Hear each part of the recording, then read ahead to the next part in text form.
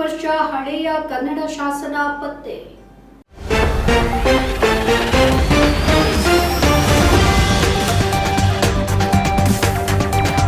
ಕರ್ನಾಟಕದ ರಾಜಮನೆತನಗಳು ದೇಶದ ನಾನಾ ಭಾಗಗಳನ್ನು ಆಳಿದ್ದು ಇದಕ್ಕೆ ಪುರಾವೆಗಳು ಕೂಡ ಸಿಕ್ಕಿದೆ. ಇದರ ಮುಂದುವರಿದ ಭಾಗವಾಗಿ 500 ವರ್ಷದ ಹಳೆಯ ಶಾಸನವೊಂದು ತಮಿಳುನಾಡಿನ ಥೇಣಿ ಜಿಲ್ಲೆಯಲ್ಲಿ ಪತ್ತೆಯಾಗಿದೆ. ಕನ್ನಡದ ಅರಸರು ತಮಿಳುನಾಡಿನ ಭಾಗವನ್ನ ಆಳಿದ್ದಕ್ಕೆ ಇದೊಂದು ಮತ್ತೊಂದು ದಾಖಲೆ ಸಿಕ್ಕಿದಂತಾಗಿದೆ.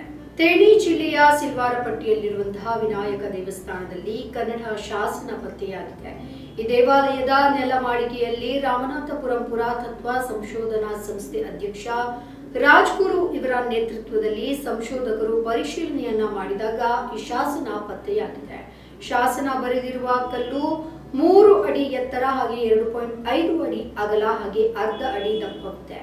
ಅಲ್ಲಿ ಗೋಡೆಗೆ ಶಾಸನವನ್ನ ಅಂಟಿಸಲಾಗಿದೆ. ಅಲ್ಲಿನ ಮೇಲ್ಭಾಗದಲ್ಲಿ ಶಿವಲಿಂಗ, ಸೂರ್ಯ ಹಾಗೂ ಚಂದ್ರನನ್ನ ಕೆತ್ತಲಾಗಿದೆ. ಅವುಗಳ ಕೆಳಗೆ ಶ್ರೀ ಹಾಲಪ್ಪಯ್ಯ ಗೌಡರ ಗ್ರಾಮ ವೆಲ್ಪರ ಪಟ್ಟ ಅಂತ ಬರೆಯಲಾಗಿದೆ.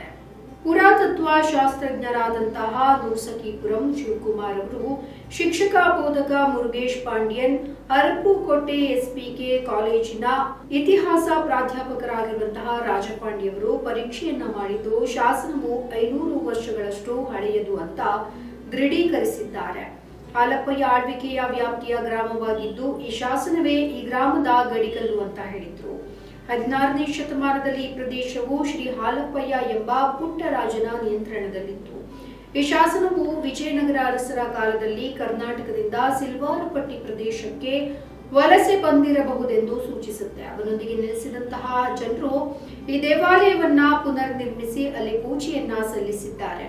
ಇದಕ್ಕೆ ಈ ಶಾಸನವೇ ಸಾಕ್ಷಿ ಅಂತ ಹೇಳಲಾಗಿದೆ.